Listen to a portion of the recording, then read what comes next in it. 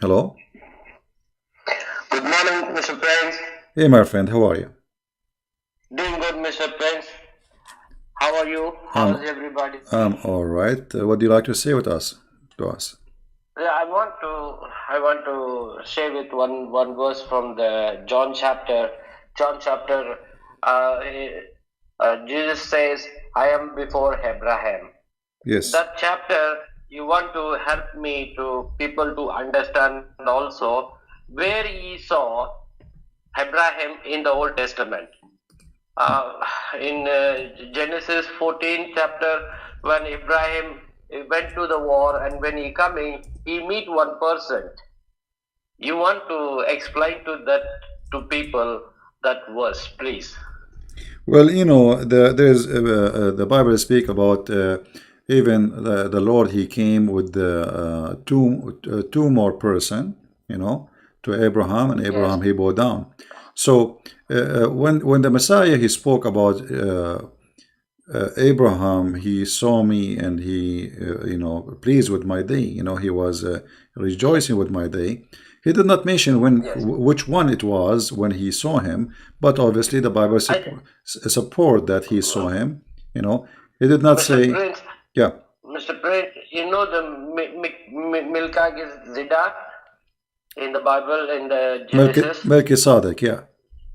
Yes, he is the one as a Christ is coming. You please read it for us, that verse, and it will be helpful for each and every people can understand that verse. That is the one, he bring the bread and wine to him, and he is the most king of the church. He's coming from the place, is from the heaven, but in the map that name is not exist anywhere. That is the one I want to explain to the people, for everyone. I'm trying just to understand. So, you see, for me, God, he appeared to Abraham, and there is the statement in the Bible in many places.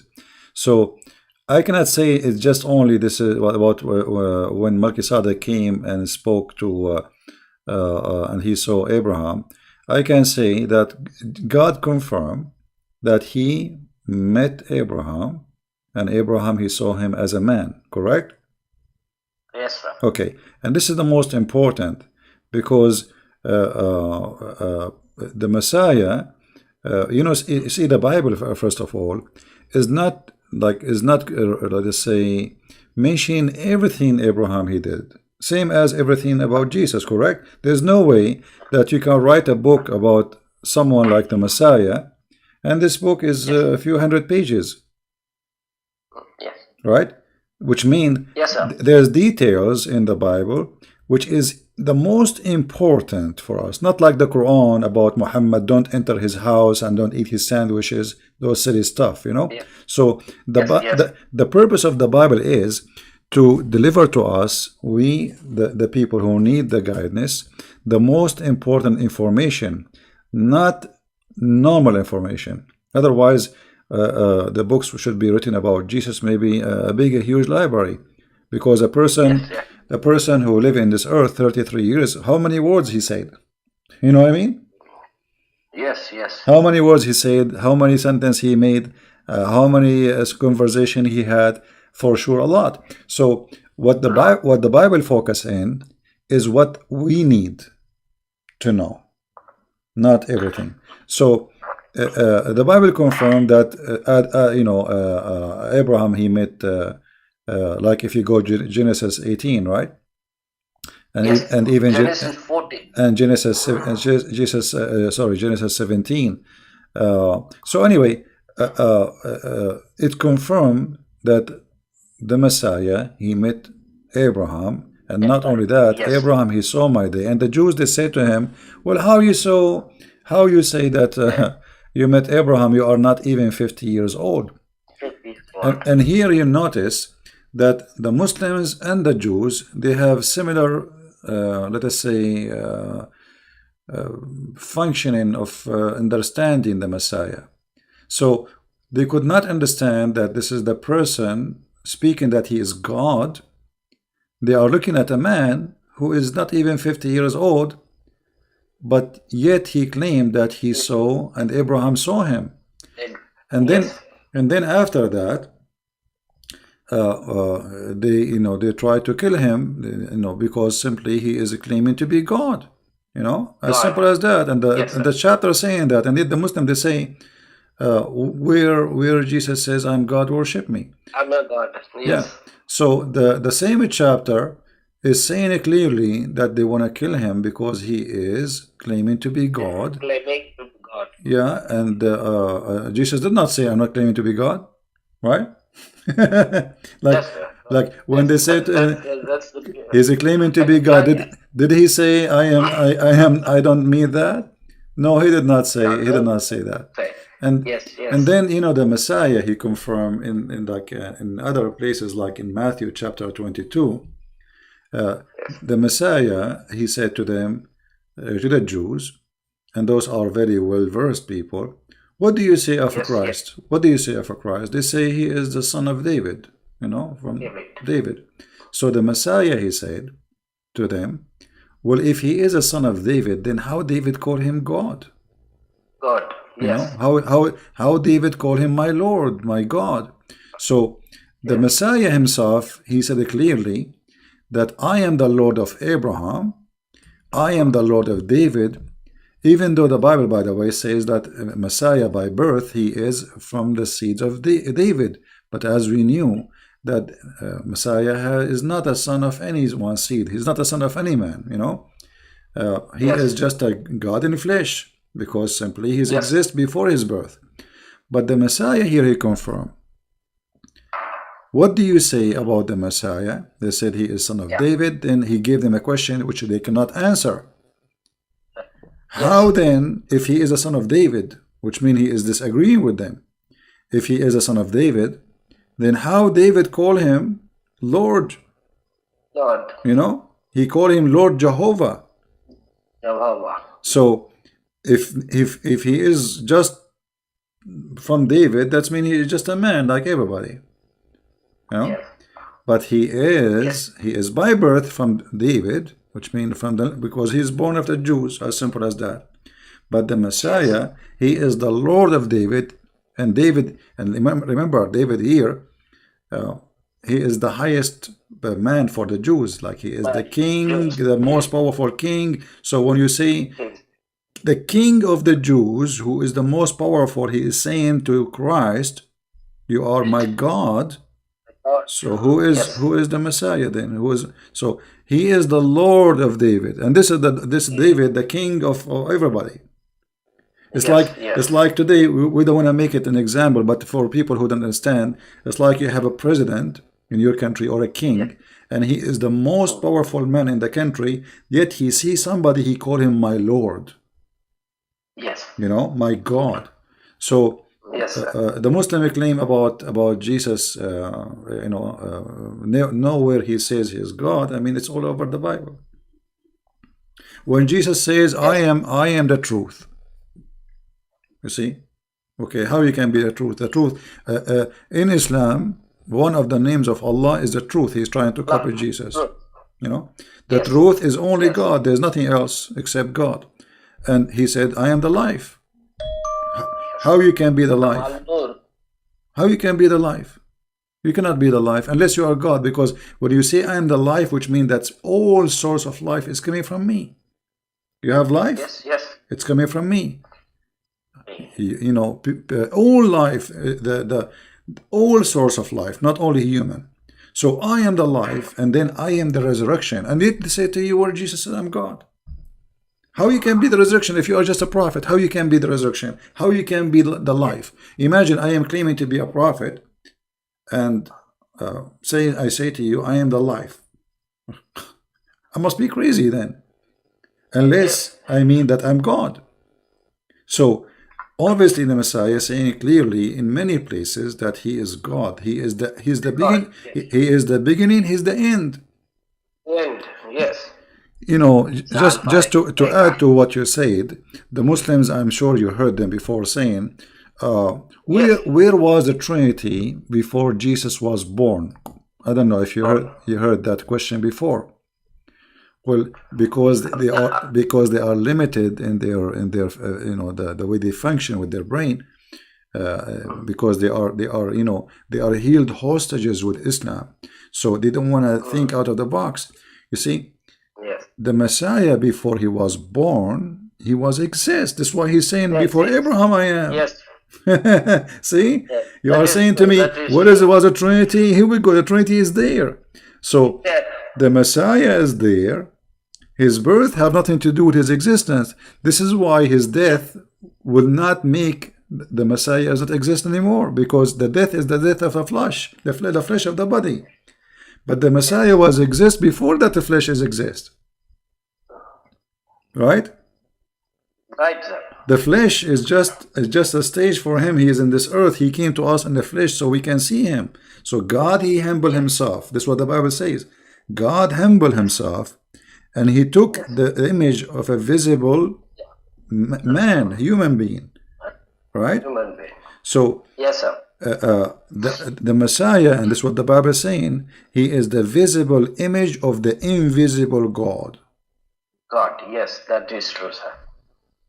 And yet they say to you where Jesus said, and by the way, saying God, it's easy. I can say I'm God too. But you cannot do what Jesus can do. Yes. Anyone can say I'm God. So, I mean, what a big deal to say I'm God. I can say Allah, he said is God. But he cannot do what Jesus do. Yes, that is true. Allah, the God of Islam, he do not even know what he created, how he created things. Stupidity. Yes. The Quran is full of stupid mistakes. Right? That is true. That is true, sir. All right. Anything else, my friend? One small request from you, All right. from my side. When the ex-Muslim, they asking to, you ask them to come to the Christ, you say to them to read Bible. So I want to request it to you, even the people reading New Testament especially, tell them to read in the red letter Bible. It will be more easy for them. The Christ what is speaking, it's all in be the red letters. It will be to be understand them exactly what is who's speaking correctly. So it will be easy. People get confusion who's speaking here, so they don't know exactly what. Well, they're this speaking. is a design so of it will be easy for them to read letters to help them to understand. Yeah, most of people, my friend, they are reading from the internet, because those who leave Islam in my channel.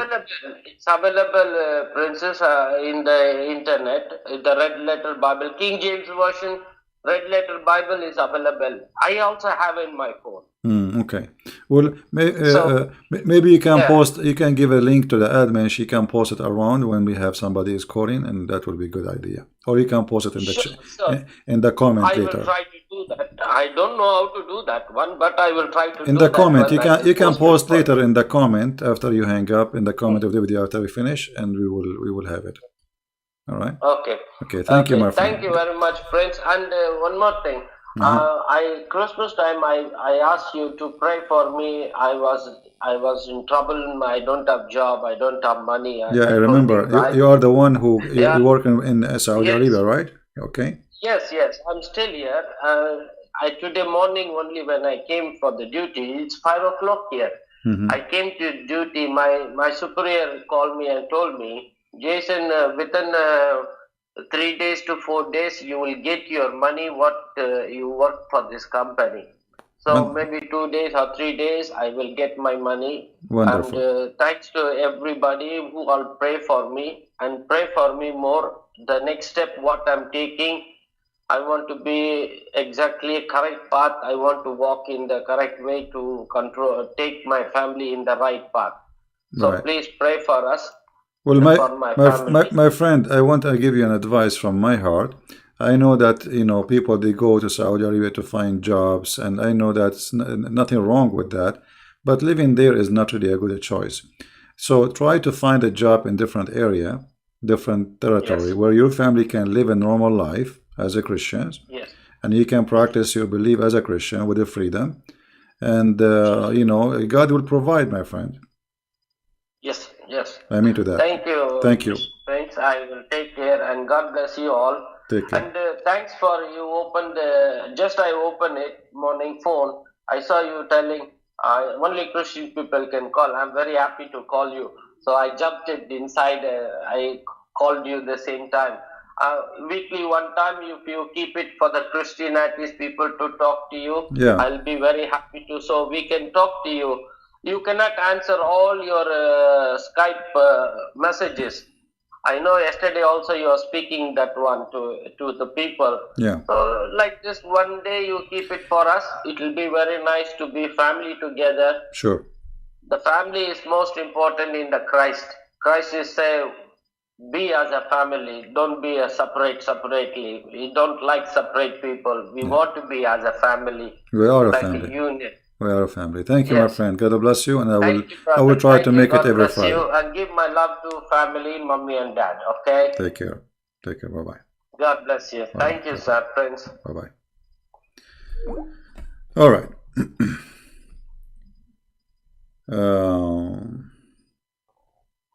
Very nice person. Wonderful family he have. Working hard for to provide his family.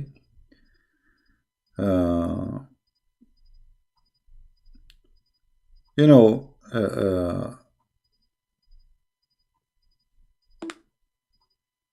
life is full of stories, and there is many wonderful people. They are trying to work hard to provide their family, and they are born in a, let us say, generally speaking, a poor country, you know. But nothing make you poor as being poor in your heart, because at the end of the day, everybody live. All of us, we will eat something. Bread, it doesn't matter what we eat. There is poor who they are living. I saw poor, really poor people, but they are happy. They have nice smile. Me myself, I don't have it. And the other day, I was watching a video about people in the Philippines. They have a flood. The flood took their houses, and they are smiling. I mean, imagine those people. They have nothing. They have nothing before the flood. Little tiny house made from, you know, and you think they are poor, even if you are rich. Because there is people who have a lot of money, but still they are poor because they want more and they will never be satisfied. So we pray that this brother here, and I hope everybody will pray for me, with me, that he will find a good job to provide to his family. He's not asking for much. He's not asking for to be like you know, a rich man. He just want to have a job for his family. So pray for this brother, you know, so the Lord will provide him, and the Lord will open door for him. Now, we have somebody want to call. Okay, let's see.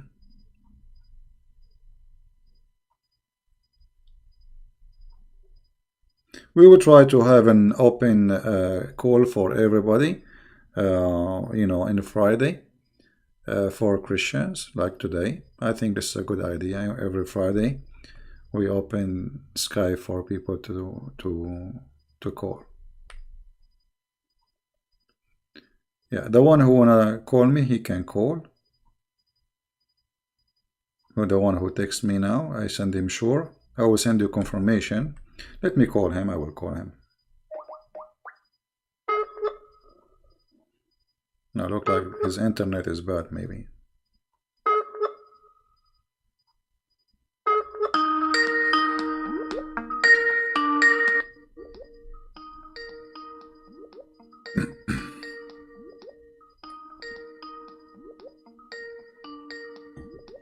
I hope he will answer.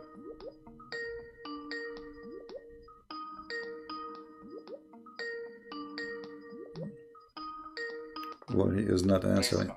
Hello? Hello? Yes, my friend. You are live on air. Hello? Yes, we hear you. You are live on air. Hello? We hear you. Hello? I think you have a bad internet like me. Hello? We hear you, my friend. Go ahead. Yeah. Brother Christian Prince, can you hear me? Yes, I hear you. Go ahead. I hear you. Don't Brother listen. Christian Prince, can you hear me? Don't listen to me from YouTube. Listen to me from Skype. Praise the Lord, brother. Yeah, thank you, brother. Thank you for taking my call, and I'm praying daily for you, for your protection, and the wisdom what you share. That's a God's blessing. So I have one thing to just to discuss. I know a lot of callers will be waiting. I will just tell my question, and you can take it off, and I can drop off. No problem. What we see is Jesus is a Jew, right? And according to Islam also, they believe that Jesus is a Jew, but they hate Jews. And if you see that Jesus is sitting in the heaven with the God, and he's going to come back, but still they hate the Jews, right? So I just wanted to know why they don't understand this concept and why they hate Jews. Yeah, okay, I will answer you as you requested after you hang up. Anything else you want to say? No, brother. Okay. I think this will enlighten a couple of brothers and a couple of sisters, those who are listening to. All right. Thank you very much for your call. God bless you.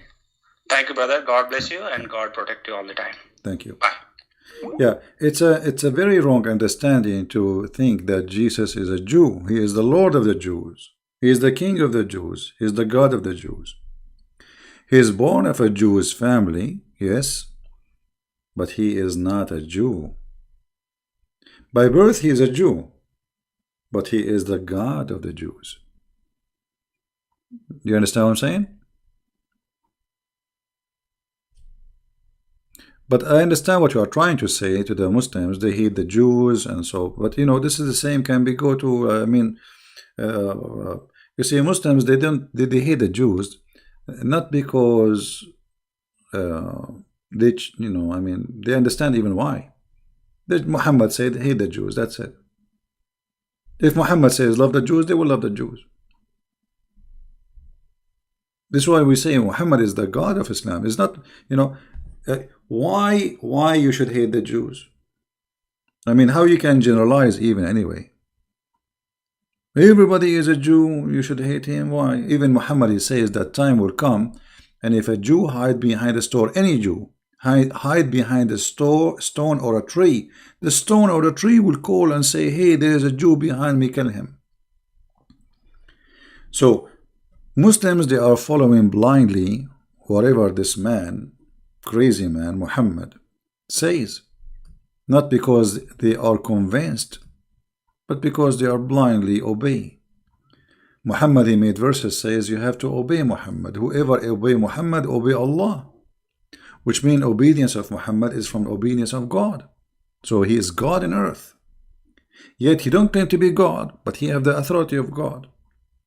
Muhammad, he says something, Allah, he says something. Actually, Muhammad, he win. There is many things in the Quran, the Muslim, they say to you, it's abrogated by a hadith. How Muhammad, he can abrogate the words of Allah if Allah is his God? So Allah, he says something, Muhammad, he says something. Which one we follow? Muhammad. Because Muhammad is more important from Allah, which is a fake God. Muhammad, he just use Allah as a proxy, like he's a tool. Muhammad wanna have sex, he made verses saying any woman, she wanna give herself to the Prophet. Muhammad, he want people not to come to his house, eat his sandwiches. I mean, have you ever heard of a God saying don't come to the house of the Prophet to eat his sandwiches?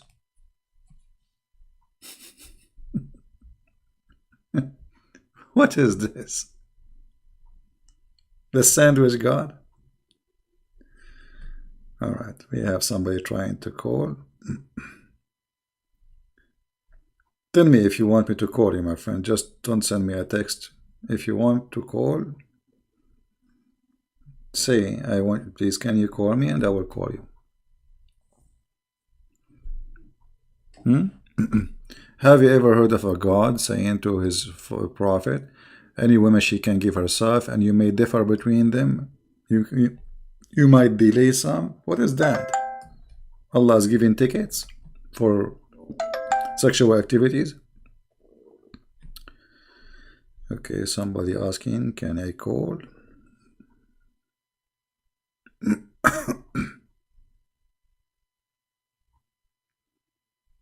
No, Skype is very slow. Let us call this gentleman.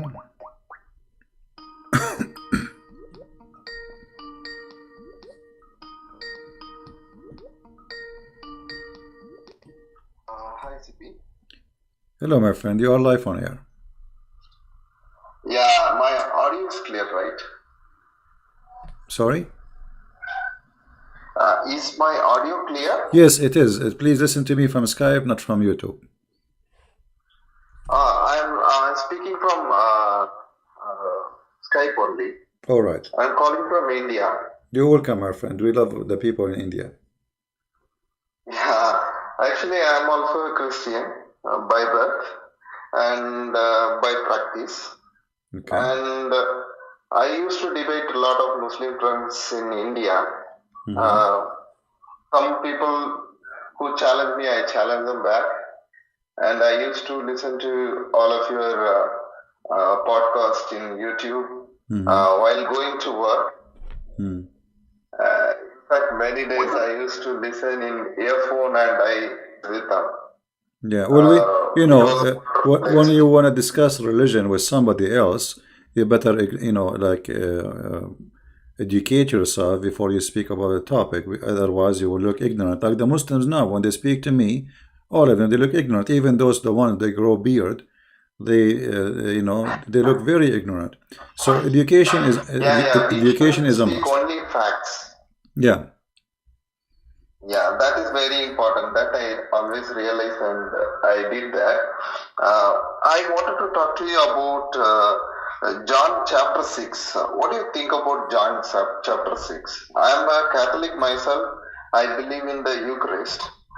Do you have the same understanding on John chapter 6, which is Jesus presenting his body and blood, soul, and divinity in the Eucharist? I don't understand you, my friend. What you believe in? What? Eucharist, the bread and wine becoming the body and blood of Christ. Repent. Bread and wine, which is you mean okay, yeah, okay, all right. Orchestrates that. Yeah, all right. Yeah, the Messiah. He said, "This is my body will be broken for you, right? And this is my blood will be shed for you, and do this to remember me." Now, the Messiah, when he said, "Do this to remember me," but by doing that, as he said, as if we are drinking from, but not it is, which means it is metaphorical. We are not drinking blood, right? But in John chapter 6, he is telling, truly, truly, I say to you, unless you eat my body and drink my flesh, you will not have life in you. No, my friend. Yes, but still, this is metaphorical. Did anyone eat the body of Jesus? I mean, let me try to explain to you what I'm. John chapter 6 and the Last Supper are connected. Yeah, my friend. Because if you go to Good Friday and look at, you will see only an execution. Unless in the context of the Last Supper, you will not see a sacrifice there. So the sacrifice is orchestrated in Maundy Thursday, and then the Good Friday, the execution happens, isn't it? Yeah, you see, when you read, try to read in more like see the whole image, not only one verse. If you read in John chapter 6, you will see that Jesus saying to them that I am the bread of this life. He said, it's not by the bread only human being live, but by the word of God, right? Not only by the bread. So the Messiah, bread, isn't it? sorry? Word of God is Jesus Christ. Yes, So by correct. But this is mean. It's not really about eating the bread. It's not about him being eaten like in the bread. This is symbolic of what he did to us. So he is the bread of life. He is our provider. This is the real provider. You see, bread is coming from somebody, from provider. Somebody provide you the food. Somebody provide you the life. Somebody provide you your blood. So someone provide us your existence. That is God. And the Messiah is saying clearly that I am the bread of life, and by me you will have eternity. All right. So if you go to John chapter 6, you will see in verse number 27, he is saying to them, don't work for the food which is can be spoiled, but for the food which is going to be eternal, and the one who works for it will give in eternal life. And that is the only one who can give you that food. That is the Messiah, right? So this is the food here is not about something we eat literally, but doing what Jesus said is to remember him is something beautiful, and it's a blessed for sure, because he is saying by doing this you are doing that, which means you are receiving my body and you are receiving my gift to you. So yes, taking the bread and drinking the little juice or wine, this is a gift from the Lord. So we remember what he did to us and give us a blessing for our heart and our body. Yeah, that's good explanation. Thank you for your briefing on this. You're welcome. Yeah, I want you to be careful always when you say those sentences to Muslims, because Muslims, they might think we drink blood. You know what I mean? They will say, "Oh, those people, those Christians are zombie. They drink, they eat Jesus and they drink Jesus." So we have to be careful. Otherwise, already they are making lies about us by millions. So they easily straightforward they will make lies, but if you give them something difficult to understand, they will just twist it. Yeah, they twist it in purpose, not only they understand it, but they twist it in purpose to make it look like not what it is. I build stories and then I just twist them into challenging their own idea. Say, for example, I tell them a temple priest who is possessed by their god tells that give me your women to me. And what will you do? I ask them. So they tell me that I will beat him to pulp. He is a false one. Yeah. Then the same is told by your prophet. What will you do? I ask them. Then they get into a shock. Where he said that. Then I quote the Quranic verses. All right. Then they will not be able to answer me. All right. Well, my friend, I want to say thank you for calling us, because there's many people trying to call. I hope you understand. Yeah, and God bless you for your call, and we wish you the best in debating Muslims. All right. Yeah. Praise to Lord Jesus. Take care. God bless. Bye bye. All right. Somebody else trying to call. Let us call this person.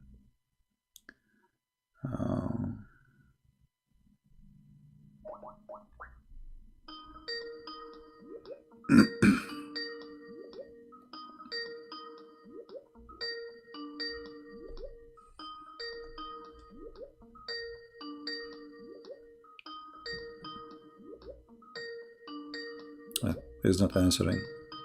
Don't call me when I am live with somebody. I mean, wait until we drop the call.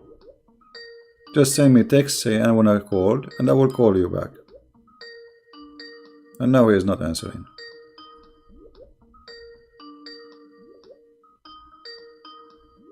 All right.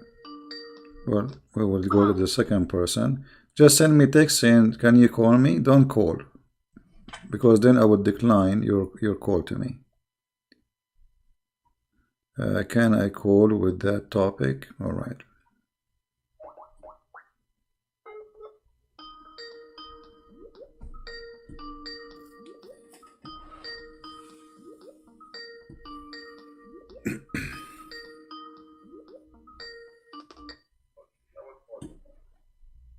Hello? Hello.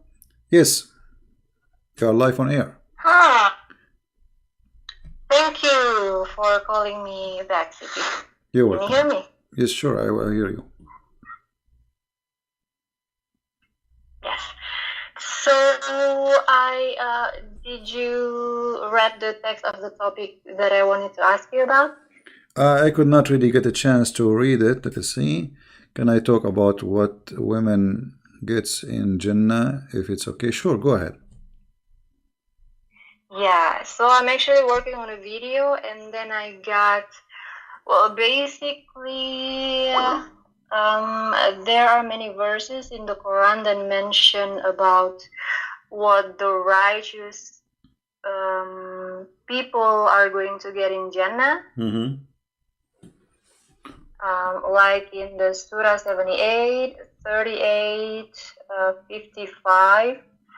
But then, do you think that all these verses only implied for men only? You see? Or these... Okay, the Quran, the only thing the Quran speak about women they will have in heaven, that they will be in heaven. That's all. Doesn't say really what they will have in heaven. The rest of the description is for Muslims, men.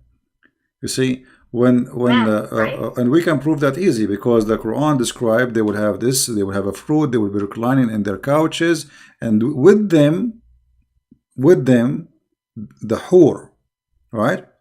So yes, obviously he's a woman of equal age. Yeah, right. So obviously he's speaking to who? So the one who is the one who is speaking to? He's speaking to men. Otherwise, that will make them lesbian, because saying to the and your whore with you. So, and he described those whore that they are, they did not have any sex before.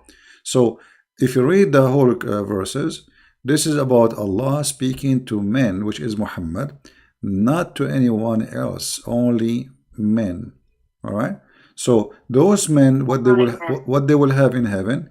The only thing the Quran speak about women they will have, that they will be in heaven, but they will what they will be? They will be sex toys for the men. Yeah, because I received conversation with Muslims, and they said no, these are also part of this, are also for women, because not all those verses mention about women, only one or two. No, you see, we have the hadith. The hadith confirm what is in the Quran. We'll explain it. Muhammad himself is explaining. So, was Muhammad lying about what he said? Then this will be a problem for the Muslims. So when Muhammad he said that you will have at least 72 women, and some of them they are wives from the earth, and the rest are from the virgins, which Allah will provide in the heaven. So obviously the promise is that the man will have many, the women she will be one of the many. Right? One of the many. Yeah, one of the many, and she herself, she is a gift for the man. He is not a gift for the women. She will be, you see, in chapter 55, verse number 72, it says that those are going to be even jailed inside their tent, which means they cannot see anyone else. Just for the man.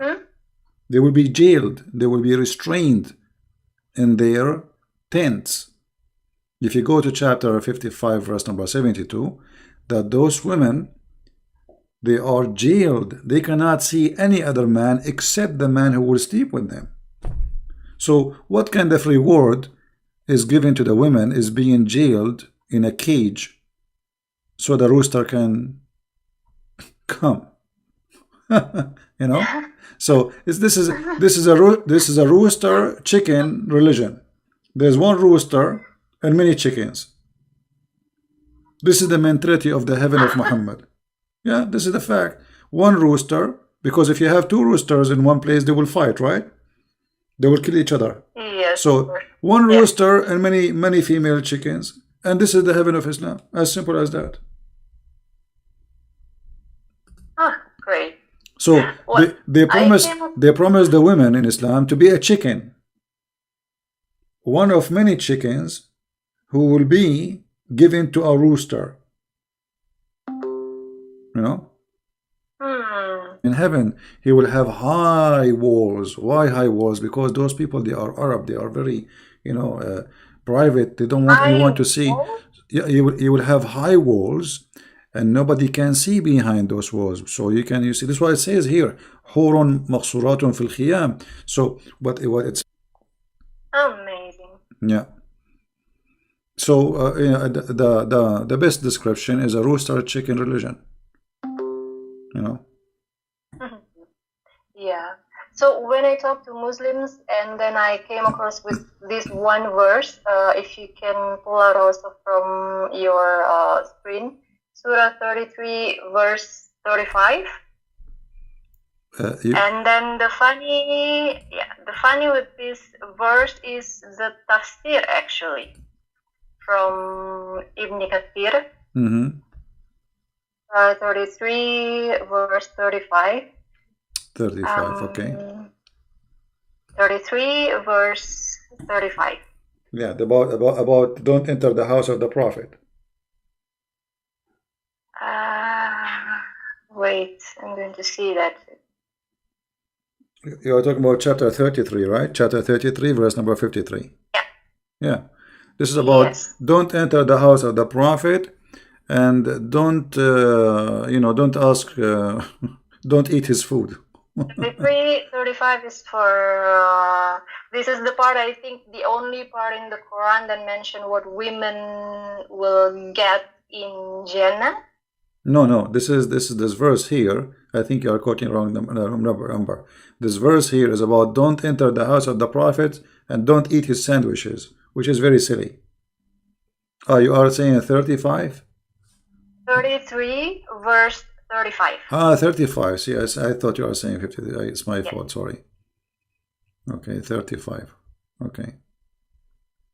Yeah, there's a verse saying just they will go in heaven. That's it. Doesn't say what they will do there. But the women in heaven, they will be just chickens. I mean, what is the reward for the women? What exactly? Challenge any Muslim. What is the woman she will be doing in the heaven exactly? What she will be doing there? She will be, excuse my language, sex toy for the rooster, who Allah promised him many of them. Is the man, like you see, God created Adam. He created with him what? Eve, right? Eve.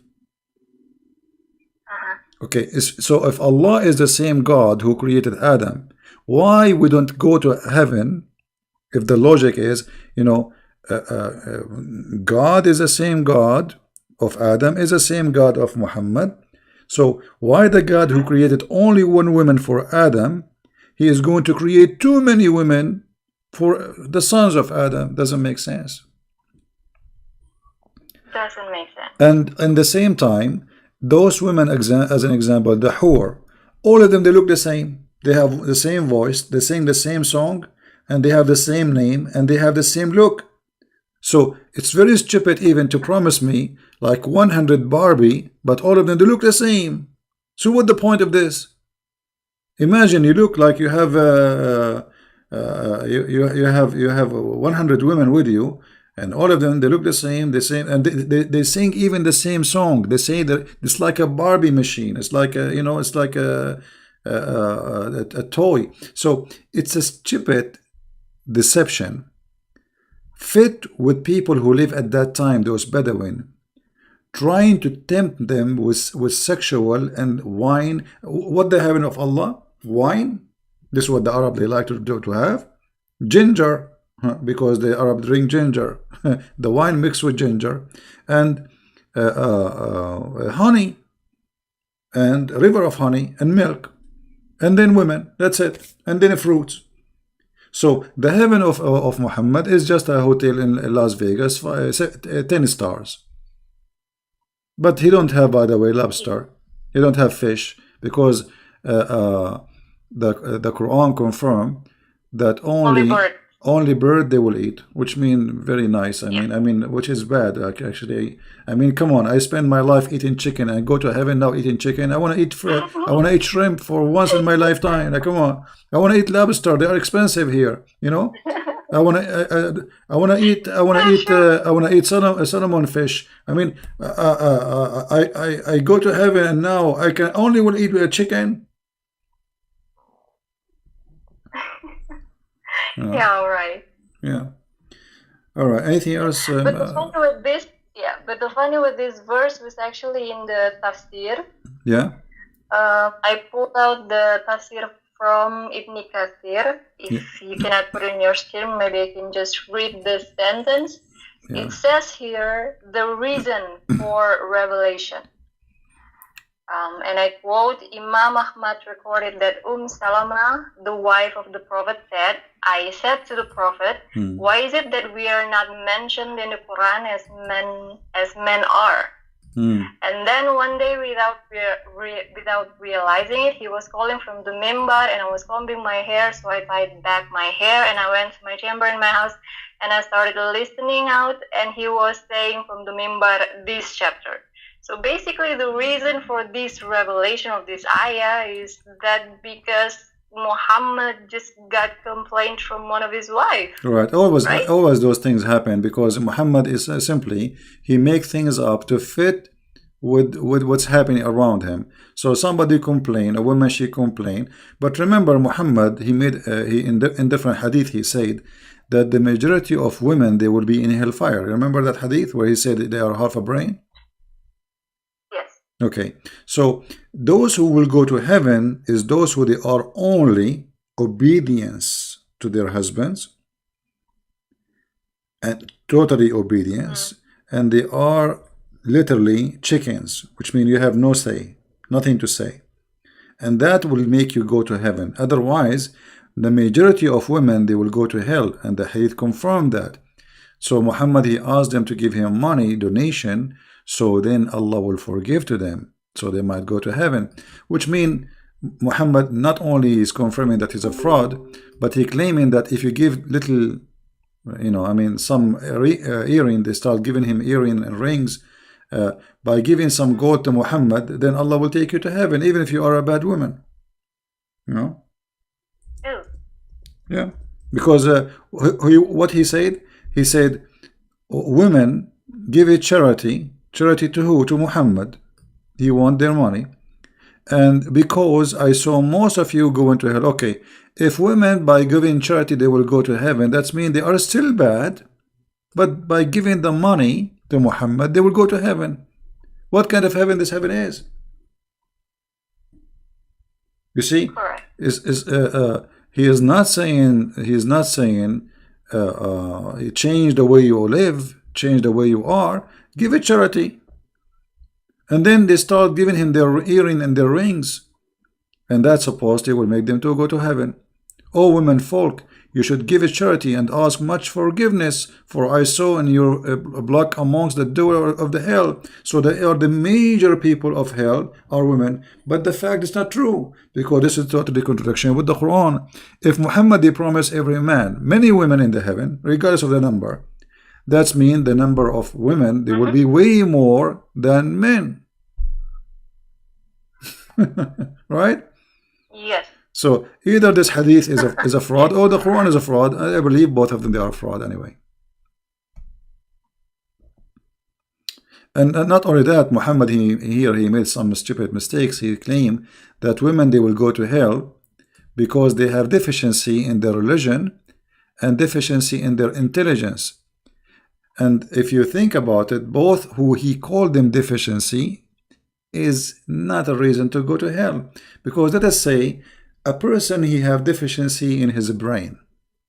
Let us say he's crazy. He's a crazy. Allah created them that way. Yeah, he's a crazy. Let us say somebody is a crazy. Well, this is not right. God is God of justice. He will not send him to hell. This guy is a crazy. You see, God judged you by what he gave you. If you don't have the brain, which you can judge by what to do, what not to do, then why God will send you to hell? So Muhammad saying that women, they are stupid, therefore they will go to hell. But this is stupid of him to say, because if a woman, she is stupid, she is the maid of Allah, and that means Allah should go to hell, not the woman, because she is maid of the maker.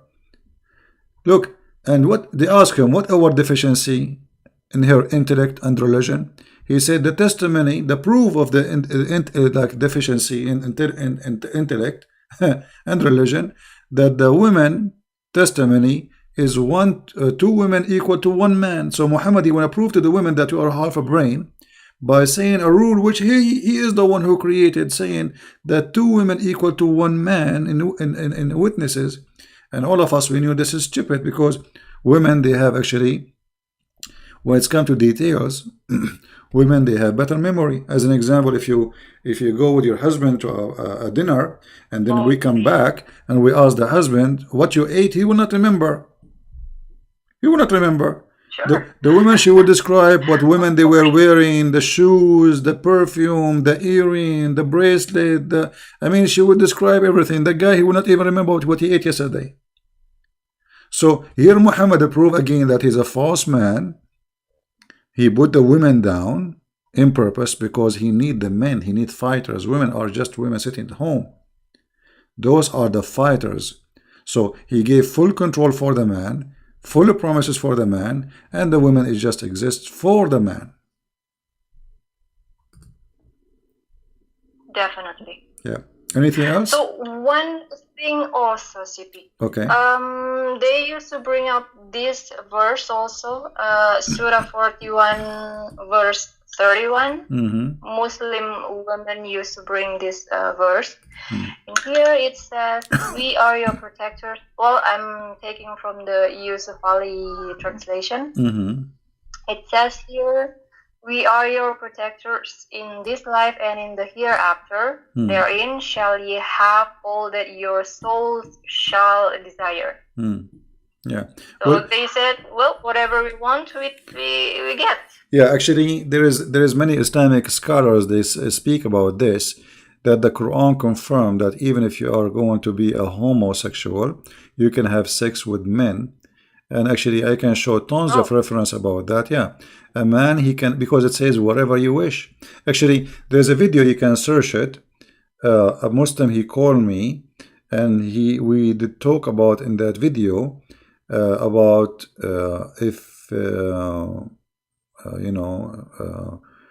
having sex with his mother, because in Islam they say, many scholars, that you can have sex with your mother and your daughter. Some they say no, it's not allowed, but the Quran says whatever you wish. So if you can search for that video, and then he said to me clearly, so what's wrong with that? Search it, you will find it. I think it's called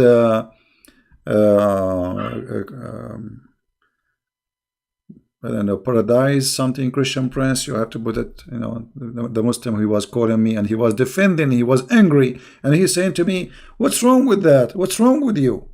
Actually, I will try to find it and play it right now. After you finish, I will try to find the video. Yeah, of course. And let us see, Christian Prince. For me, it's very hard to find my videos because you type my name, you find endless number. You need to remember. You need to remember the name of the video. Heaven, maybe debate. Let's see.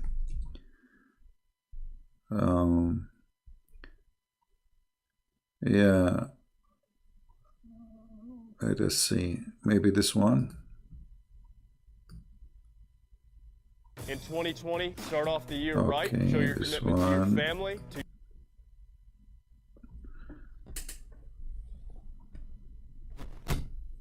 We'll put it in the other speakers so everybody, including you, can hear. Okay. Yeah, actually, after you hang up, I will play it. Anything else you want to say? That's it. All right. Thank you very much for calling, and God bless. Take care. Bye. God bless. Yeah. Yeah. So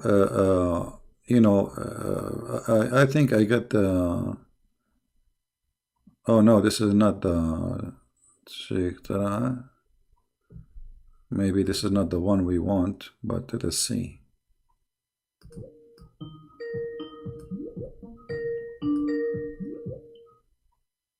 Hello? Yes, Sheikh Talal, how are you? Can you hear me? I do hear you. Okay. Did you hear our topic, Sheikh Talal? You kind of didn't have no topic. You started with the Jannah. Now you're ending up somewhere Well, it's all the same. All the Jannah is about breast and boobs and nipples, as you know. So, what do you think about your prophet promising you companion in heaven, and specifically when he says that you will have a Jannah with deep shade? What does that mean? The first thing I would like to do is to set some records straight. My friend, don't set record. Either you want to talk me about the topic, or why you call me. What record is it? What is Yeah, I think this is not the one. Anyway, I need to find the video I'm talking about. I don't remember really the name of the video. It might be hard to find it.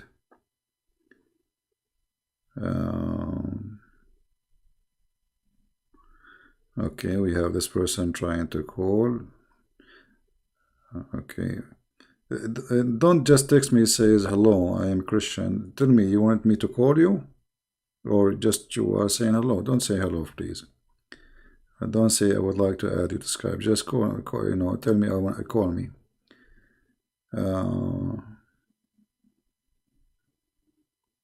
Okay. Here we go.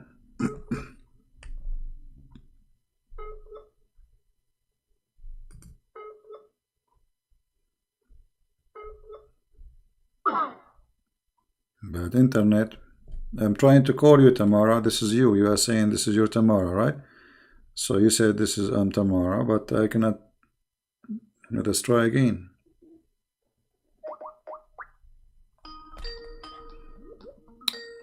All right.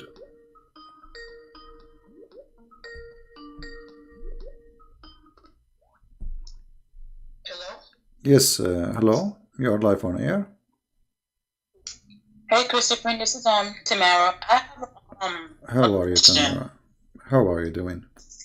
Okay, you know, like on the second coming of Jesus, right? Yeah.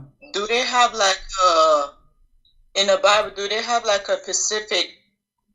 I don't know how to say it, like what he gonna do when he's second coming in the Bible?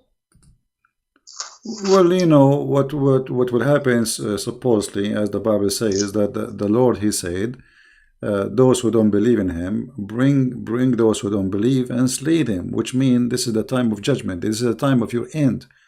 This is the time where people who they are belong to Him, they will go taken to heaven, and those people who they are not with Him, they will be punished. So, you know, the details, we will leave that to the Lord, what He will do it, because there's many verses about hell, what will happen in hell, but how He will do it exactly, you know, I mean, this is what He, let's say, let what to the Lord, you know, this is His authority, and speaking about details will not be really too much helpful, because what we know is He is coming, and those who they reject Him, they will be punished. They will be sent to hell, and those who believe in Him, they will be taken to heaven. How He would do it exactly, not much of details. Okay. Yeah. Like you know, like I don't know, but like you know, some Muslim will say that on the second coming of Jesus, He will like probably get married, have kids. Well, I heard that, and what else? Well, this is yeah, those things they say there is no source for it, not from a Christian belief, not from Muslim belief. It's a stupid thing. They say things does not exist. What get married and have kids? Because supposedly he will stay. Some they say 7 years, some they say 40 years. They are not even sure about the time. And the question should be for the Muslims: why Jesus will come back? Why not Muhammad? Exactly. You know what? Why this? Okay, if you are watching a movie, Tamara, and who is the one who lived to the end of the movie? The hero, right? Yeah. The rest are just numbers, like you know, like numbers. The guy who opened the door, the driver, the police. Nobody even know their names, right? Yeah. But there's one person who survived the whole movie, and he is the hero who will accomplish the mission. So if the question will be, if Muhammad is the best of the prophet and he is the final prophet, So why the Messiah? He is the final one to come, right? And why he is the one who will accomplish the mission? Because it's not Muhammad who will accomplish justice. It's not Muhammad who will finish everything. It is Jesus, the Messiah.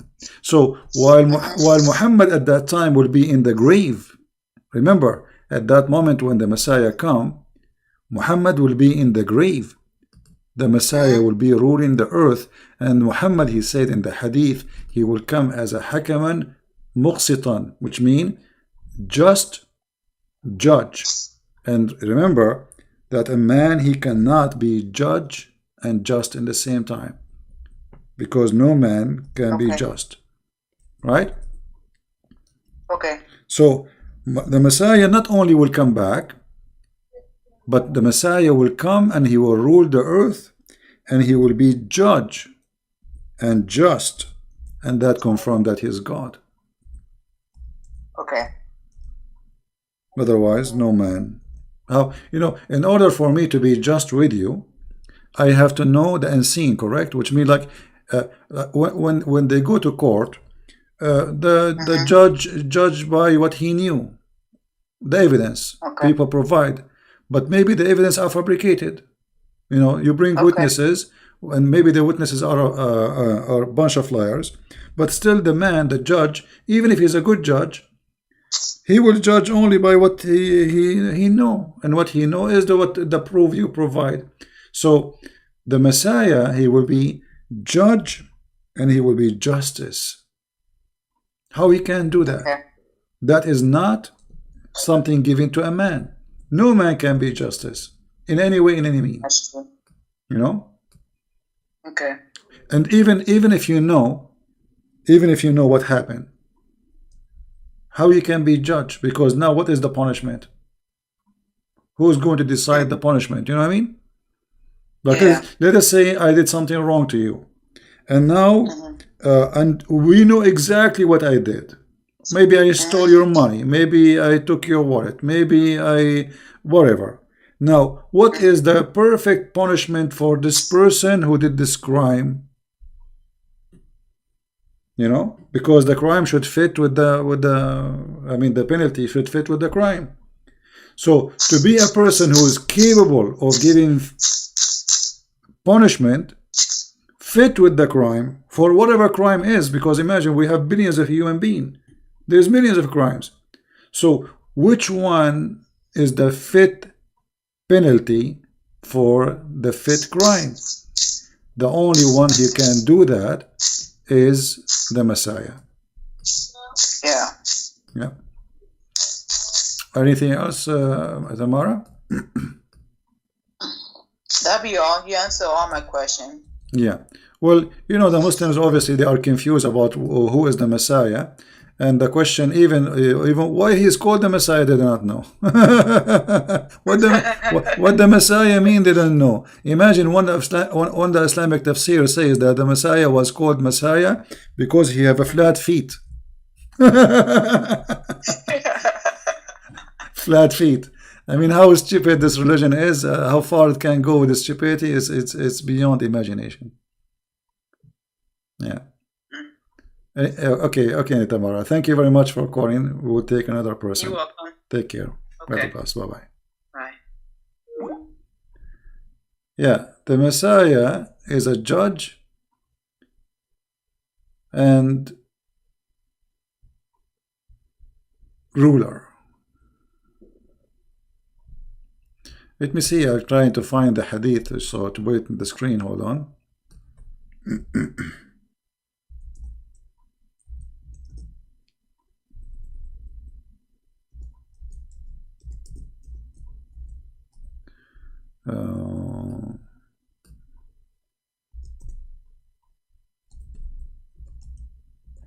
And the funny that the Messiah, when he come, he will have a cowboy fight. I don't know what's wrong with this website. I cannot find the hadith. Here we go. Finally, we found it. It is put in the screen. It keeps saying error. All right. So the Messiah, he will come, and Muhammad, he swear. He took an oath saying that the Messiah will come and he will do, he will be just judge, as you see in the screen. This is not my statement. In the same time, he will kill the pig. I mean, how silly. How silly. That the reason the Messiah is alive until now, and until Judgment Day, is to do three things. He will be judge, ruler. He will kill the pig. Actually, this is what he do. And then he will not collect money from the Christians, because the Muslims have too much money and nobody will take money if you even throw it in the street. Obviously, this is false, because the more the population of a human being increase, the less the more needs exist. Need for water, need for food, need for resource. This is stupid. So Muhammad have his own fiction stories, which, you know, getting him busted as always. Okay, someone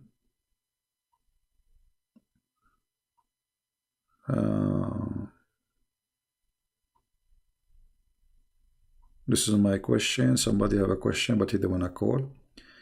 Quran says Allah does not begot in chapter 112 verse. Okay, it calls someone something. Yeah. Well, the word begot is not really what the Quran is saying. It says Allah did not give birth. Did not say he is not born, or they say he is not born of something, and he did not give birth. So the Muslims, when they translate, you know, it's kind of funny translation.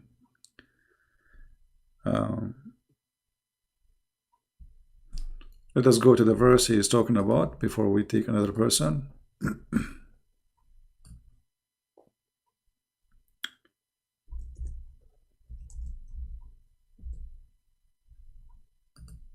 One of the Muslims, he was making a video to refute me supposedly.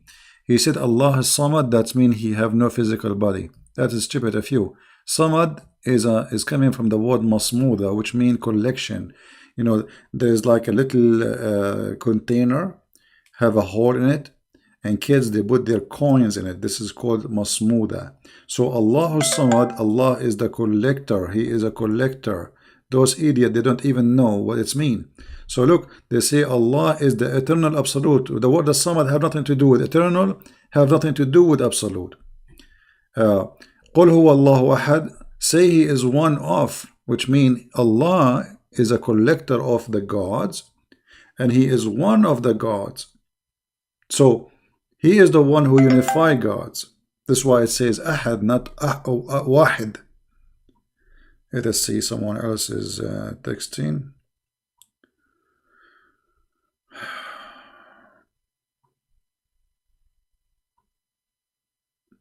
I'm wondering if you are Hafiz for the Quran, which means I can recite the Quran by heart. No, I don't do that. But I can, let us say, I memorize, you know, but not recite. I mean, I'm not stupid to do that, my friend. You see, when you memorize a book and the book is silly and stupid, that's not smart of you. You have to focus. My focus is understanding what the Quran and knowing what the Quran teach. So I know what the verse says, but I'm not going to recite the whole chapter. There is no need. This was a question from somebody. Here a person. Okay, he's trying to call. Let us see.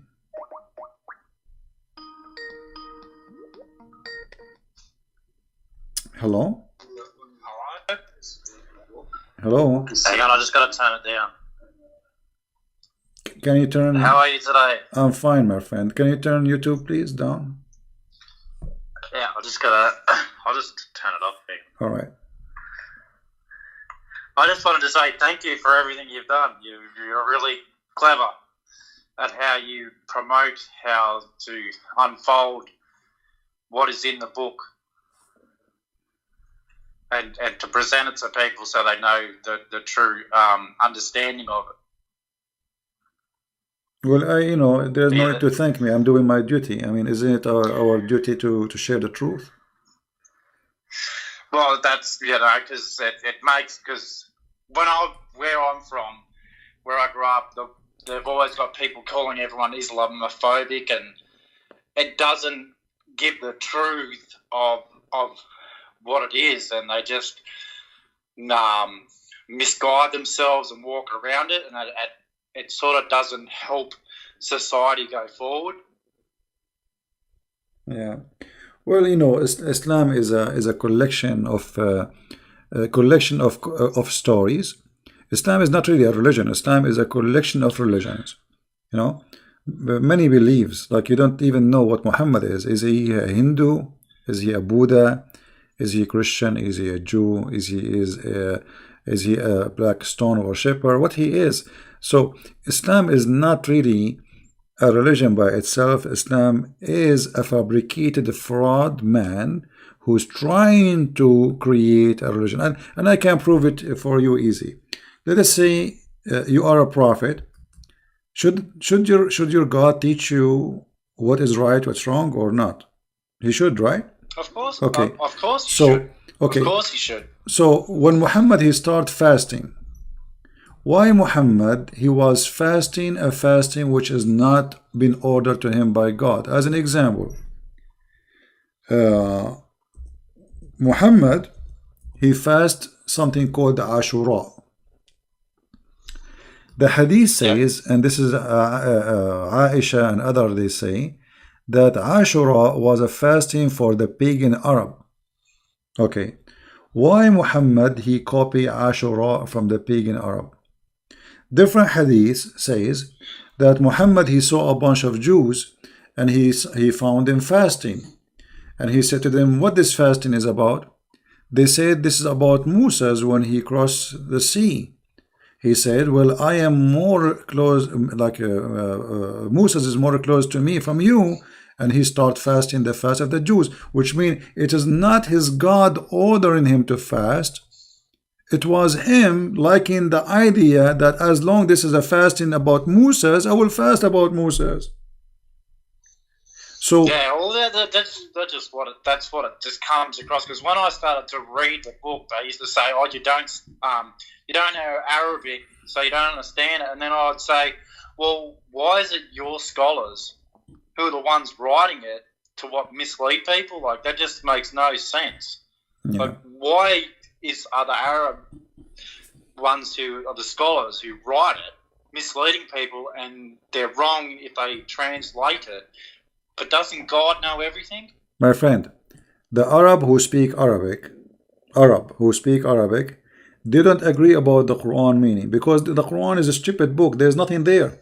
So if you go and read the interpretation for the same verse, which is in Arabic, and you see the interpretation for the scholars, you will see everyone giving you different interpretation. Why? Yeah. Because they don't know what this Quran is talking about. The Quran is not a book. Quran is this guy. He was a madman. He suddenly says something, and then when they ask him, they say, "I don't know. Don't ask me." He don't know. Like if we ask the Muslims, okay, in the Quran it says the word Israel. Who is Israel? Yeah. Shouldn't you tell me who is Israel? That's right. Who is Israel? We do not know Israel. Okay, the Messiah. What is the word Messiah mean? Nowhere in the Quran. Okay, so why Israel? His name is Israel. What happened? His name is supposedly was Yaqub. You know, like how the name became Israel. You don't know. Because the Quran is a collection of stories, and those stories are not the stories of Muhammad. Well, what I found interesting when I tried to read it is that the stories don't finish. They're all over the place, and it's sort of like, well, if this is a book from God, why is it so poorly written and just makes no sense? Like, Yeah. I just can't. If it's from God, He's perfect. So why is your book not perfect? That's just Well, my it's not, personal opinion. the Quran is not only not perfect. There's nothing perfect in the Quran. I mean, name for me one chapter in the Quran is not stupid. Just one. Actually, here we go. We have almost. I can't because I can't read something that is poorly written. It's just like this is not from God because it's just poor. Yeah, exactly. The Quran, every single verse in it is stupid, and we can show how stupid it is. So here we go. We have Muslims are listening. We have almost 800 people watching. I encourage any Muslim to call me right now and give me one chapter makes sense, just one, and give me the interpretation. That's how I had to buy your book so I could understand it. Yeah. Because your books explained it. Because it was just like I'm having trouble reading this. So I was reading Quran. I go, well, I bought your book so I could understand it. I'm like, oh, this is what they're trying to say, but it's just poor, just very poor. Yeah. Well, thank you very much for calling, my friend. Anything else you want to share? Oh no, God bless you. I'm just very happy that you've helped me with a lot. So thank you very much. God bless you. Thank you, my friend. You're welcome. Enjoy your day. Thank you. God bless. Take care. Bye. Bye.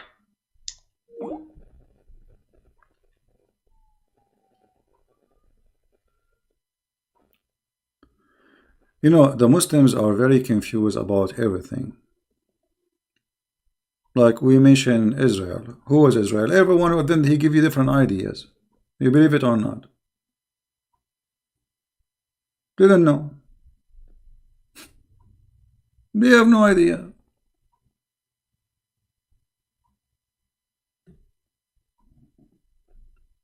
What Maryam mean? They don't know. Why she is called Maryam? They don't know. What Abraham mean? They don't know.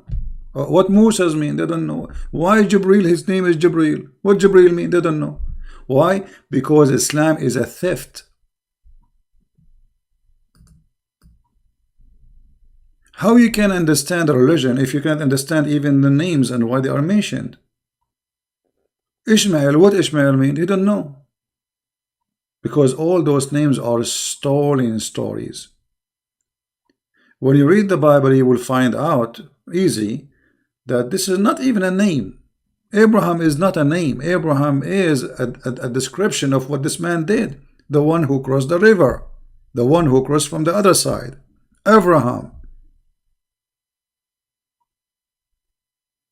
Every name is a story. There's no names. This is why Muhammad, when he speak about the Pharaoh, he think Pharaoh is the name of the guy.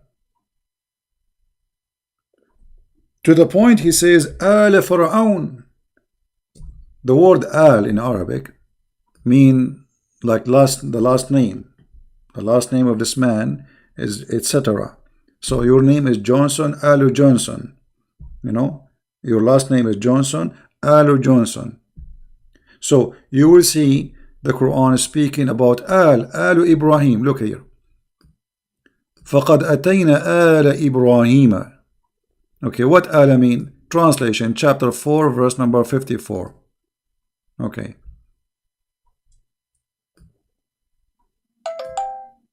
The people of Abraham. Who is the people of Abraham? How you say Alu Ibrahim? This is false translation. Alu Ibrahim is the family of Ibrahim, not just the people. Okay. Now, Alu Fir'aun. Okay, who is Fir'aun? This guy, his name is Fir'aun? Which Fir'aun? There's many Fir'aun. Alu Fir'aun.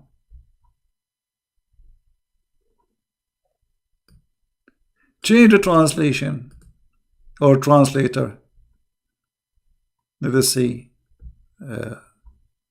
Just for fun.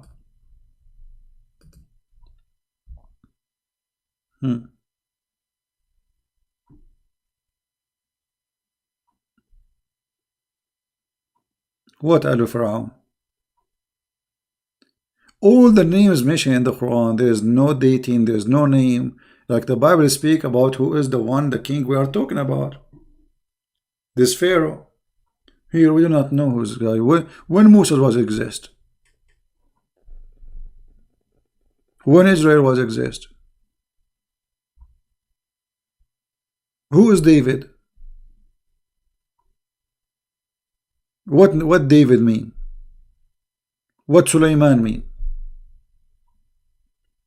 So, because the nature of the Quran is a collection of stories by others, like, oh, children of Israel. Okay, shouldn't you tell us first who is this guy? His name is Israel. Imagine this book keeps saying children of Israel, once after once after once. Where in the Quran we find the introduction for this person who his name is Israel, and the children's is called children of Israel? Who is he? There is no introduction. Well, if you go in the Bible, you will see details and the story, how this person, what his name become. So Muhammad is just a liar, a thief.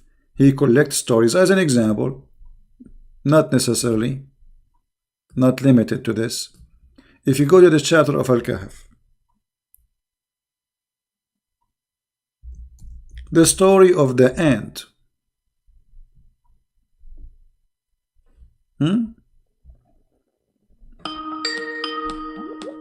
We have somebody trying to call. Okay. Hello? Hello? Yes? Hi, CB. How are you, my friend? I'm fine. Go ahead, you're live on air. Yes, my question was about two chapters of the Quran. I don't remember exactly which one are there, but there was one that said that if Muhammad was asking questions, he should ask the Jews and the Christian, right? Yeah, in kunta fi shakkin min America, yeah. Okay, so there's also, like, the Muslim will say that, oh no, the Bible was corrupted, but at the same time, he says, like, to go to the Christian and the Jews.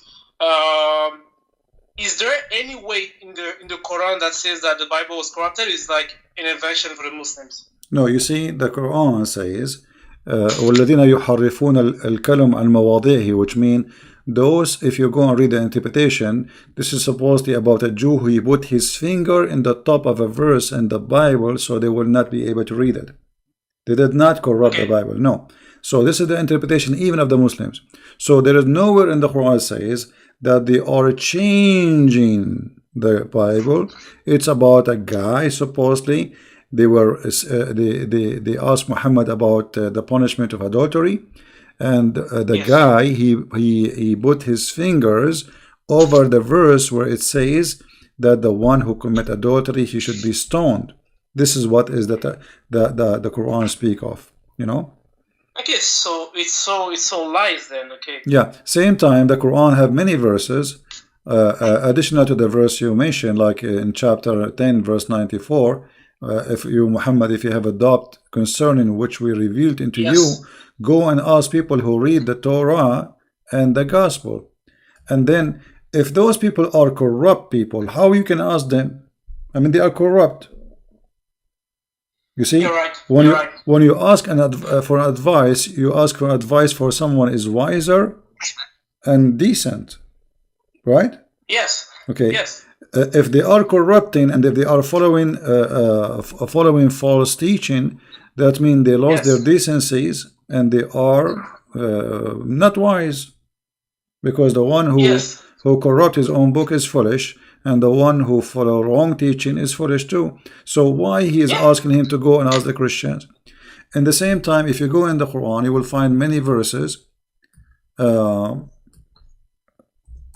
saying that he confirming what they have, like Muhammad is coming and he confirmed what they have with them, you know, confirming what they have with them. Okay, chapter 2 verse number 89, it says, and when there is come to them, which mean the Jews, a book, which is the Quran from Allah, confirming what is with them. Do you see it in the screen? I don't know if you can see, if you have a delay. No, I can't, because I'm using my phone. All right. So confirming what is with them. So how the Muslim, they say the Bible is corrupt if he is confirming what is with them. What is with them? You see some translation, they try to fool you, says what was with them. No, it doesn't say that. لما معهم. The Arabic is so clear, and even here the Muslim translation saying it clearly, confirming what is with them. Number two, Yeah, but how the Christians Mhm, can sorry. how the Christians can change the Bible. I mean, like, is it one person in the world in control? I mean, there is the Bible is printed even in India. You know, there is disciple went everywhere in the world. So Yeah, they, so they went to exactly. So Africa, if there were like different Bible, we right? would know So because in there's different so many not copies. only that, in different languages, not only in many Bible, in different languages. You know, so which one they will Yes. corrupt? And at the same time, why the Christian did not accuse the Jews of a change in the Bible?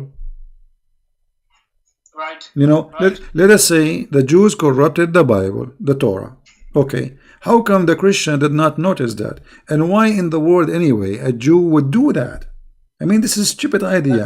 If somebody is a believer in his belief, in his God, so he he became a rabbi, he grew a beard, and then he corrupt the book. I mean, this is stupid. This is literally stupid. You're right. You're right. It's like saying to a Muslim, you change your book. This is stupid too, because I mean, why you want to do that? You know what? I just thought about that. The thing you said about the Jews, why they would like change the Bible. When you think about it, it would be extremely stupid because why? What reason they would do that, right? Because the Jews were all living in Israel at that time. I mean, before Muhammad, so they would have no reason to change the Bible if there were no any pagan around, right? Yeah. That's extremely stupid. No, Because there's supposedly. no reason because they believe in the religion. Look, I want to show you something just for fun. Maybe you would not mention the Muhammad. He told them that the Jews they hate Jibril, they hate Gabriel. Okay. Okay, Muslims,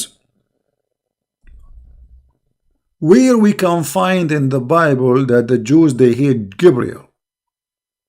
Nowhere. Nowhere.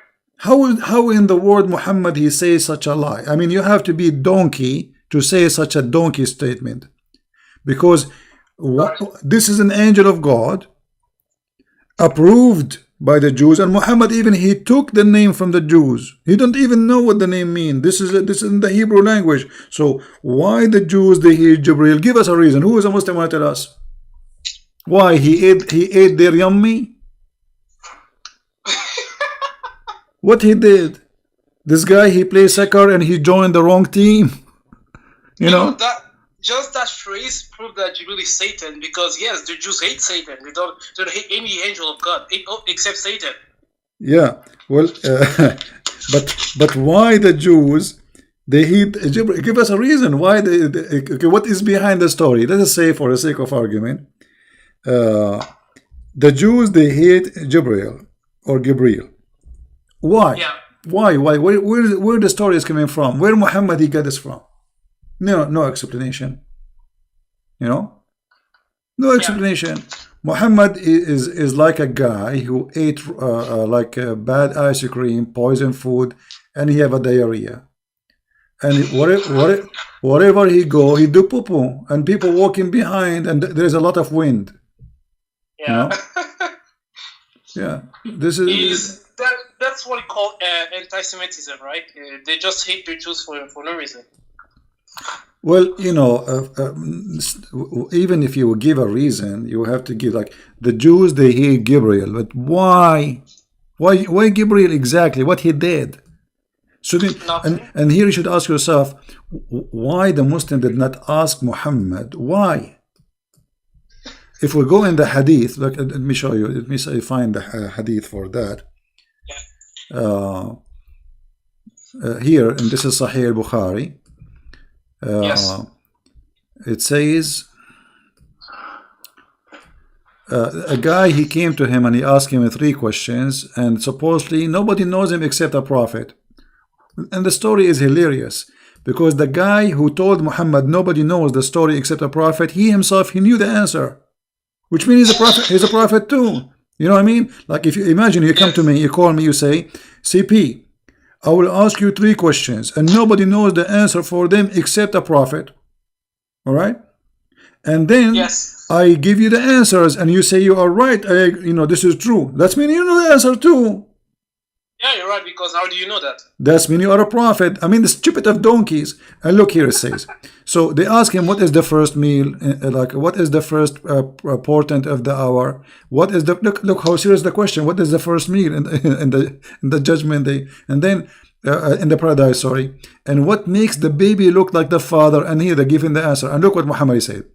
The prophet said, just now, Jibreel has informed me about that. Abdullah, he said, Jibreel? The prophet said, yes. Abdullah said, he is among the angels, is the enemy of the Jews. Muslims, why the Jews, they hate this Jibreel? And then Muhammad, he gave us his intelligence, and he said, what resemble the baby? He said, if the man have discharged first, read with me, and if the man discharge proceed of the women, then the child resemble the father. And this is who told him that? Jibreel.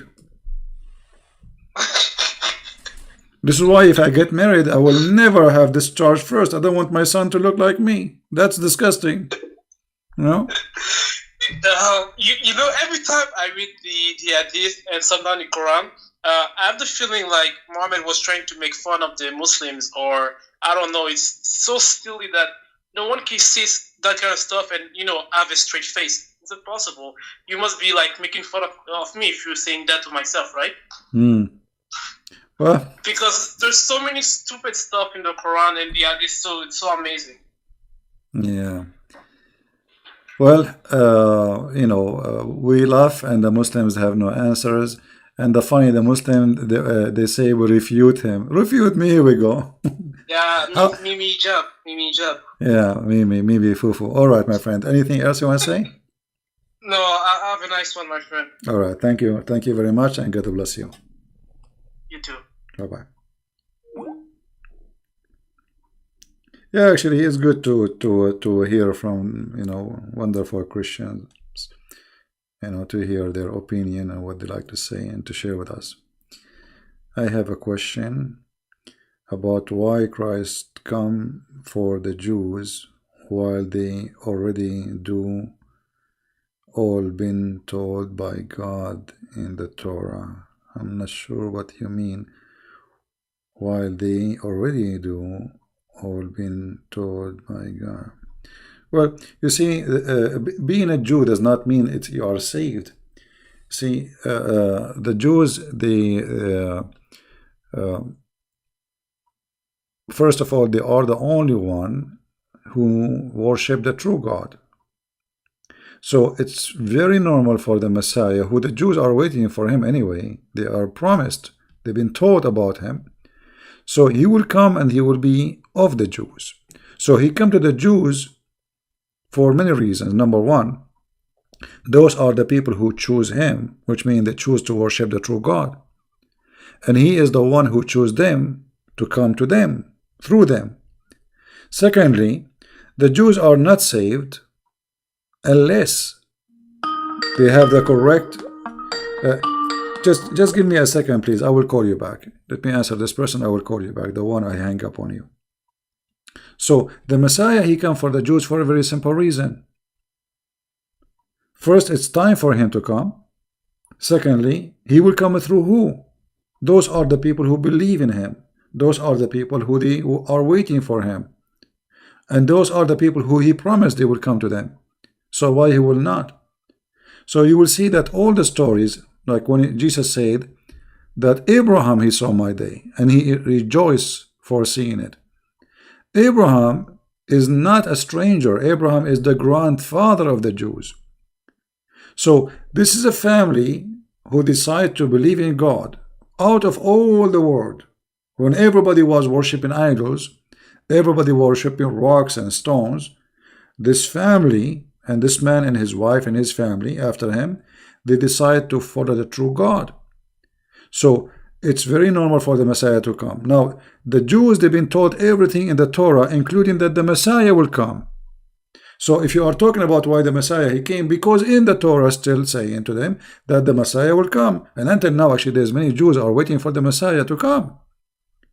So he come to them first because he promised them. Secondly, to explain to them many things they have wrong. As an example, the Jews, they've been given orders to observe, like Sabbath. The Messiah, he said to them, Sabbath was made for the man, not the man was made for Sabbath, which means the Jews, they have a wrong understanding of their own scriptures for a long time. It's been said to you, but I say to you. So they have a statement said to them, but they have wrong understanding. The same when they went after the woman to stone her. He said to them, well, if one of you, he have no sin, stone her. Which means you are a bunch of hypocrites going after this poor woman. So the coming of the Messiah is to fulfill, as he said, to complete. It's not completed yet. Same time, to bring salvation for mankind, all mankind, not only the Jews. So he come through the Jews, but he's not only coming to the Jews, he's coming for all mankind. This is why he said they have sheep out of this. This is why he said, I am not of this world, I am from above. So he came through the Jews, for he promised the Jews, and the Jews waiting for him. In the same time, he is coming not only for the Jews, he's coming for all of us to bring salvation. All right? Let us see the person who is trying to call. I will call you back.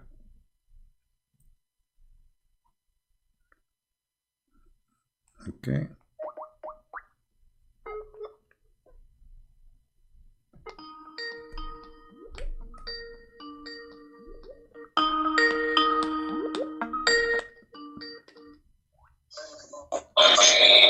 Hello?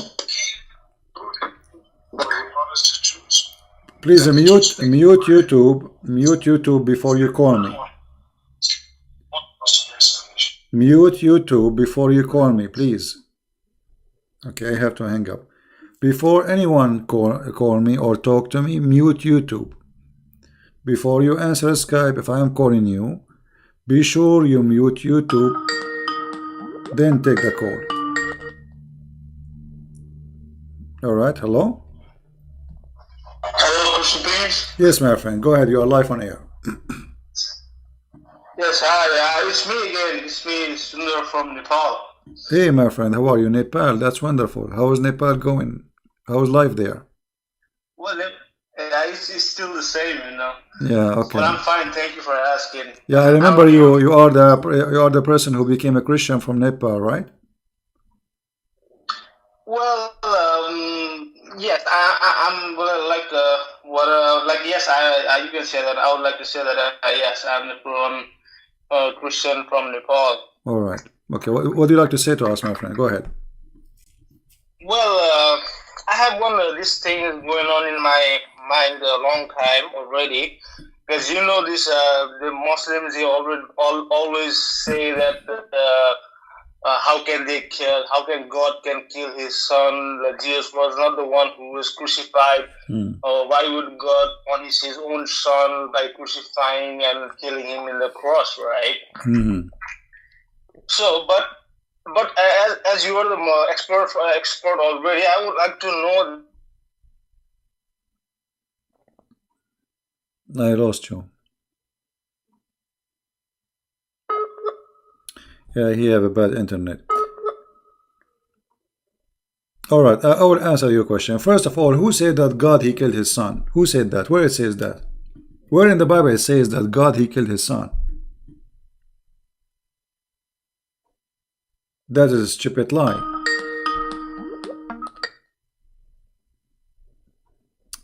Go ahead. I'm sorry. Yeah, it's okay. We lost you. Go ahead. Continue. Yeah, and my point is, like, do they believe that Jesus was whipped and he was hit and he was scolded by the Jews and he was put the throne was kept on his head and he was brutally beaten by the soldiers and even the people, and he was like he carried the crosses all the way to the Golgotha Calvary. And do they all these Muslims they believe this one, or they just want to stick with that Jesus No, was not crucified? the Muhammadan, they believe that the Messiah never been crucified. All those stories does not exist for them. However, their reasoning is beating them not for their benefit, because you just say, the Muslim, they say to you, how God he killed his son, right? Okay. They have always this claim that how can God punish his son? Like, Okay, hold on. God is, if he is so lovable, All right. why would he punish his son for us? Okay, we will go and use their logic. Always use their logic so we can laugh. Always use their logic because it's stupid logic.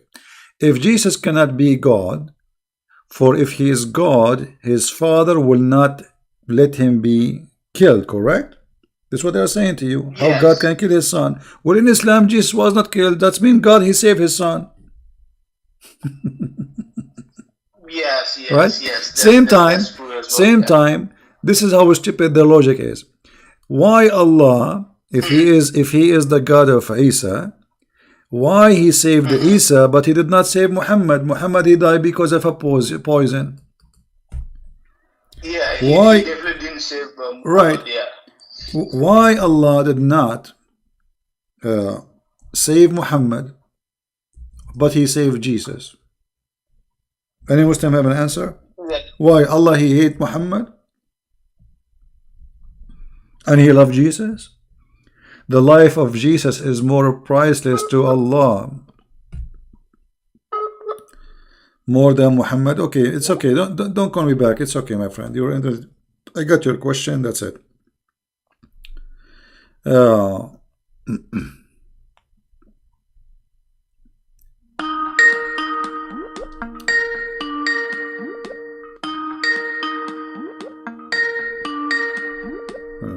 don't even see the caller. I don't know where. The Skype is funny. Where is the caller? He didn't appear for me in the screen. I see somebody is calling, but I don't. No, don't call me, Sandra, my friend. I got your question. No problem. No need to call back. So, if Jesus cannot, if their logic, if Jesus is the Son of God, there is no way his father will kill him. Okay, I will go with your logic. Well, that means Jesus, Son of God in Islam. This is number one. Proving that you are stupid in the way you think. Secondly, where in the Bible it says that God, he killed his son? That's stupid of you. Jesus said, nobody can take myself, but I lay down myself by willingly. Only me, I lay down myself. And God knowing about what the Jews will do doesn't mean that God, he killed Jesus. The Father and the Son. No, the Messiah, he knew even what they would do. He knew who was going to give him up. My friend, there is no need to call him again. That's it. I'm going to exit actually Skype because we have enough for today. Otherwise, this is endless. I apologize.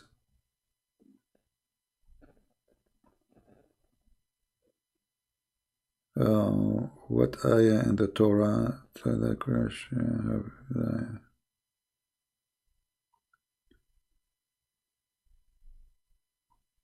Okay, Jew thought that the Messiah will come. Yeah, will the you see, the Messiah he quote there's many. You can go right now search in Google, Prophet Google, peace upon him, prophecies in the Old Testament about the Messiah. You will find endless. But one of them, which is Messiah, he quote for the Jews. He said, "What do you say about Christ?" They said he is the son of David. He said, if he is the son of David, then why he call him God? And about the Messiah, he will die. Where in the Torah it says the Messiah he will not die? Nowhere.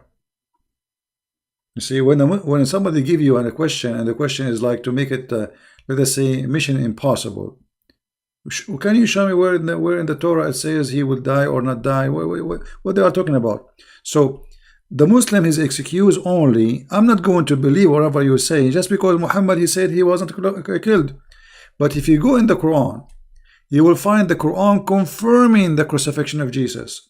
How we can prove that? Read carefully with me.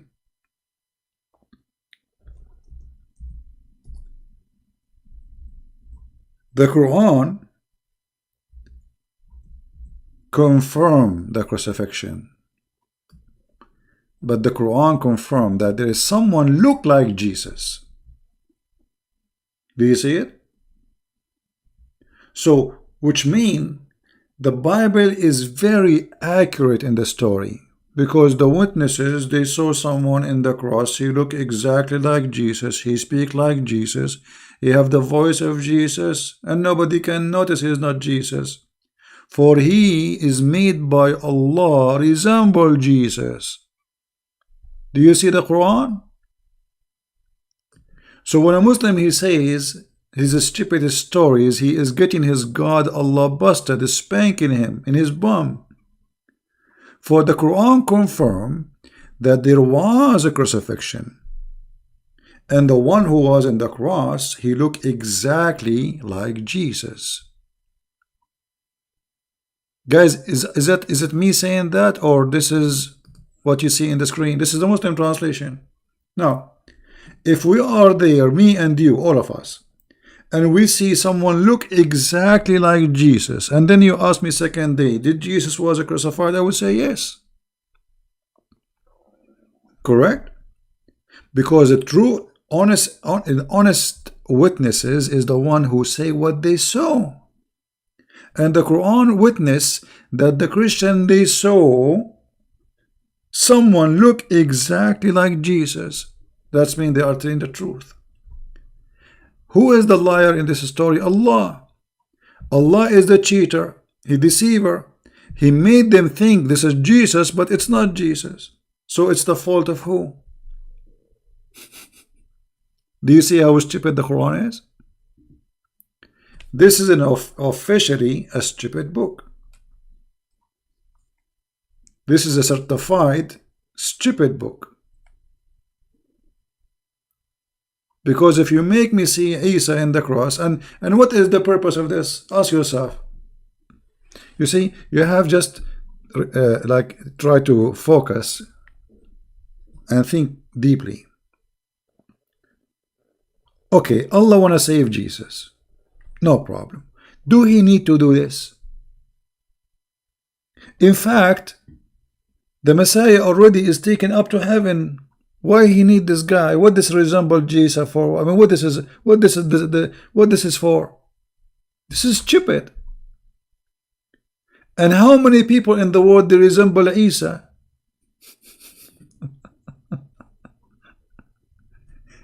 To the point nobody noticed that this is not Isa. I mean, do you see how stupid the story? So this verse in the Quran confirm that they saw someone look exactly like Jesus. That means it is Jesus until you prove the opposite. Do you understand me? Do you understand, guys, the logic? This is very logical. As long as you agree that the one who was in the cross looked exactly like Jesus, well, you have to prove that this is not Jesus. Because now, until now, what we have from the Quran, it is Jesus. He looked like Jesus, so it's Jesus. Even his mother, she could not recognize that it's not him.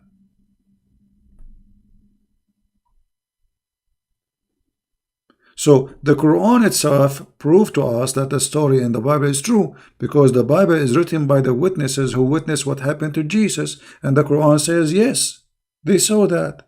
They saw someone look like Jesus. But Allah is a liar.